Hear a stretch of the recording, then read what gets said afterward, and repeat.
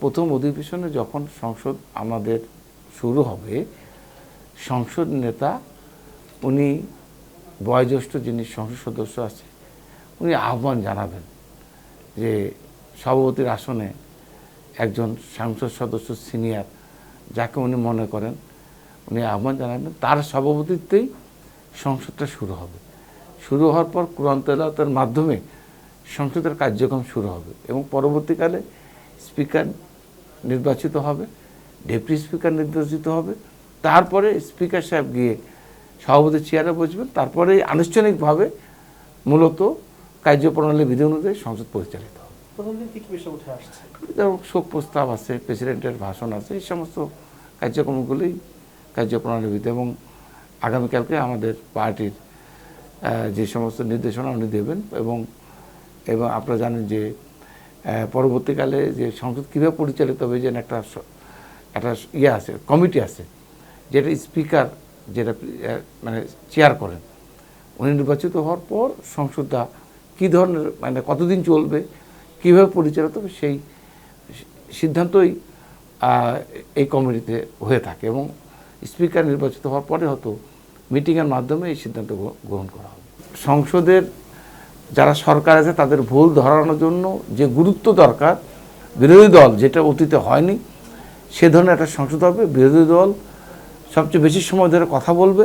এই দীর্ঘদিন পর আমার রাজনীতির এই প্রায় 50 বছর রাজনীতির জীবনের যে অভিজ্ঞতা, আমি যেটা মনে করি আরও 3-4টে ইলেকশন আমার করার সুযোগ হয়েছে।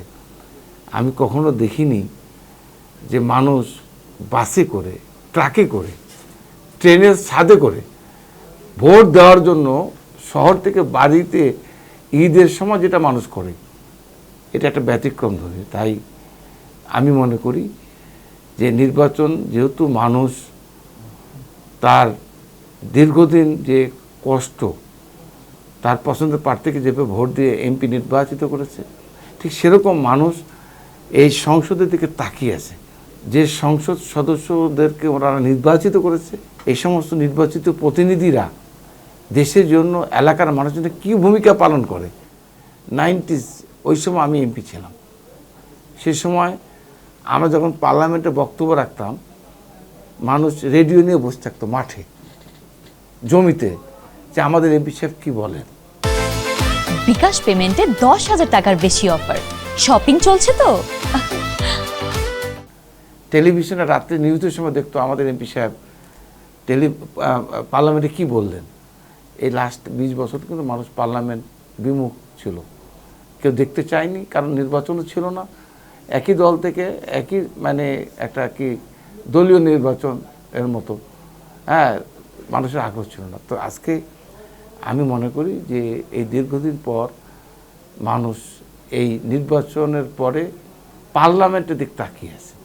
প্রধানমন্ত্রী, সংসদ নেতা তারেক রহমান সাহেব উনি স্পষ্ট করেই বলেছেন, আপনারা নিশ্চয়ই খেয়াল করেছেন, আমরা হাতে গোনা কয়েকজন যারা 3 বার 4 বার বা 5 বার 6 বার এমপি ছিলাম, এই পুরাতন মানে অভিজ্ঞতা সম্পন্ন সংসদ সদস্য আমরা আছি, সবই তো নতুন। আর এই জন্য উনি এই নতুনদেরকে উনি নির্দেশনা দিয়েছে, সংসদের যে কার্যপ্রণালী বিধি যেটা আছে, রুলস অফ প্রসিডিওর, সেটাকে অনুসরণ করে যে নিয়মে সংসদ অতীতে পরিচালিত হয়েছে, ঠিক একই নিয়মে যে সংসদীয় নিয়ম কার্যপ্রণালী বিধি অনুযায়ী সংসদ পরিচালিত হবে, এ বিষয়ে উনি নির্দেশনা দিয়েছে।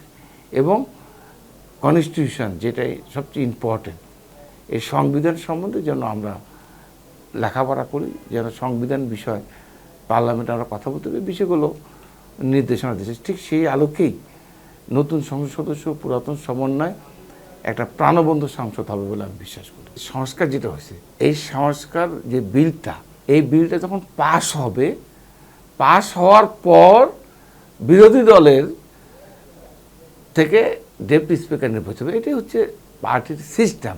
কিন্তু তার আগেই কিন্তু আমাদের পার্টির প্রধান, যিনি আগামী দিনে মানে যিনি প্রধানমন্ত্রী হিসাবে আজকে দায়িত্ব পালন করছেন, উনি এত উদারতার পরিচয় দিয়েছেন, এটা বিল পাস হওয়ার আগেই, যেটা অতীতের ট্র্যাডিশন ছিল না, উনি তাদেরকে অর্থাৎ পার্লামেন্টটাকে প্রাণবন্ধ করার জন্য বিরোধী দলকে প্রস্তাব দিয়েছে। এটা তো একটা উদাহরণ যে বিরোধী দল থেকে প্রস্তাব দেওয়া হয়েছে তারা একটা ডেপুটি স্পিকার দেবে।